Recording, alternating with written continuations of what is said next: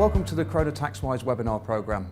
Do remember that all these webinars are CPD accredited, and do go to our website and download the notes.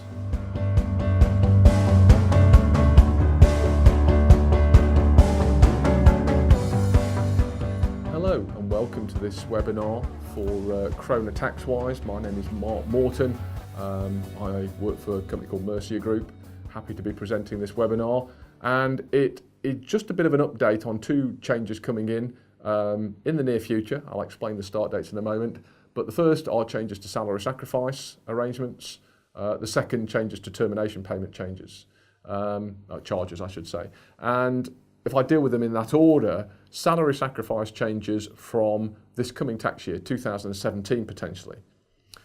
The government have been concerned for some time that salary sacrifice is being used purely for tax and NI savings and not, I suppose, in its original form, which was to incentivise employees and give them something instead of cash as an incentivisation issue.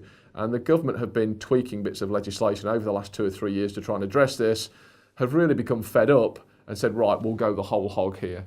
And so potentially as early as the coming tax year, we move to a situation where that if you are in a position of taking a benefit in kind instead of cash, or have the choice, whatever that means, between a benefit and cash, then actually the basic point, you'll be charged to tax and national insurance on the higher of the cash you give up or the value of the benefit you get back. And if you look back historically, the value of the benefit is often lower than the cash, and therefore you tax the higher figure and NI the higher figure. And therefore you take away, for a lot of purposes, the tax and national insurance savings that have been derived from salary sacrifice arrangements. A couple of things to note on that, I suppose. The first one, you will retain significant tax and national insurance exemptions in a couple of situations, the main one being employer pension contributions. I think that's the most significant retention. So the government's saying that if you give up salary in return for an employer pension contribution, that employer contribution will still be tax and national insurance free. Bearing in mind auto-enrolment and the obligations that brings in, that's a good thing that's been retained. The second one is childcare vouchers, which is probably the most common at the moment. Still tax and NI relief on up to £55 a week of childcare vouchers. That's a bit of a red herring because the childcare voucher scheme is being phased out over time anyway. The government introducing a different childcare alternative, which is an online cash matching process as opposed to tax relief. So that's a bit of a red herring. The third one is neither here nor there, really, the Great Cycle to Work scheme. And the fourth one, salary sacrifice arrangements in respect of low emission cars under 75 grams per kilometre. But again, there are very few cars which are under 75 grams and very few employers that actually would offer such an alternative. So in actual fact, not tremendously meaningful. So changes to salary sacrifice arrangements, I should explain the start dates. For new arrangements, alterations to contracts, it starts from 6th of April 17 at the earliest.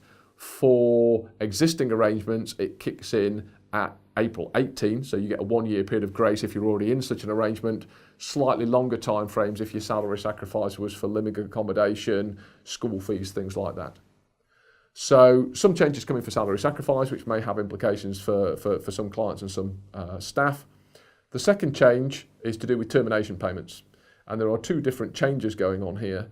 The first one is to do with contractual and non-contractual payments in lieu of notice. First thing to bear in mind, these changes kick in 2018, so we have a year's grace on this.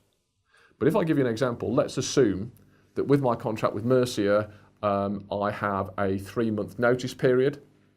I get back to the office this afternoon and somebody runs out of Mercia's offices, grabs my company car keys off me and slams the door in my face. I would suggest there I didn't get 3 months notice. I would suggest that was probably breach of contract. I will sue Mercia for that. They will pay me to shut up.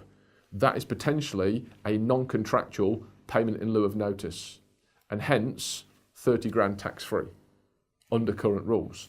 Now, if I then compare that, alter the situation slightly, let's assume that I'm on 3 months notice with Mercia, but my contract actually reserves the right for Mercia to terminate me with less than 3 months, but to pay me that 3 months pay.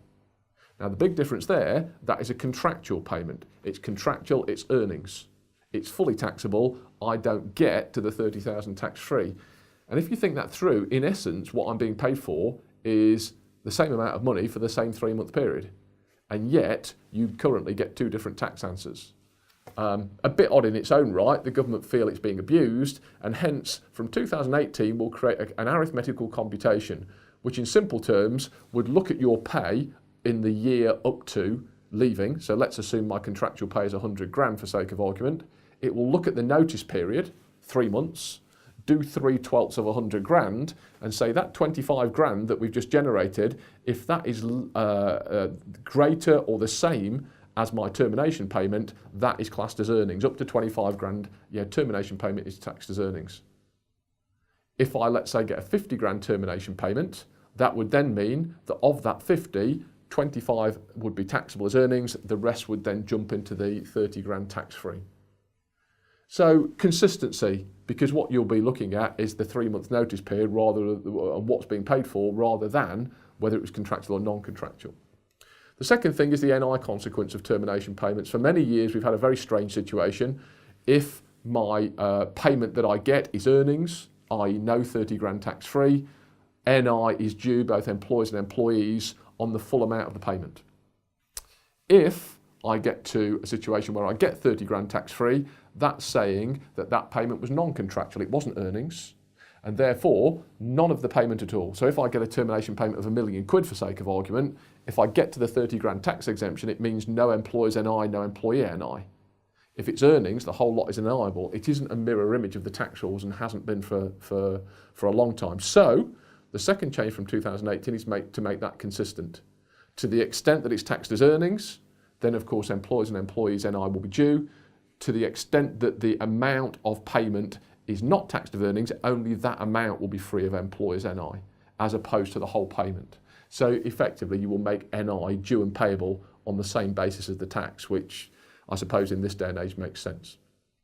Interestingly, for businesses, of course, it is their obligation to sort out pay as you earn, and therefore employers will have to become au fait with these calculations to ensure that what goes through the payroll system and RTI is ultimately pay as you earned and NI'd in the correct manner. So again, it will give businesses something to think about. So 2 different changes, I said, in a similar area, both employment. One, salary sacrifice, which starts this April earliest. The second, termination payments, which starts the following year, April 18. Hopefully that's giving you a brief resume of the changes and what to look out for, giving you a few action points, and I wish you all the best in sorting out those calculations.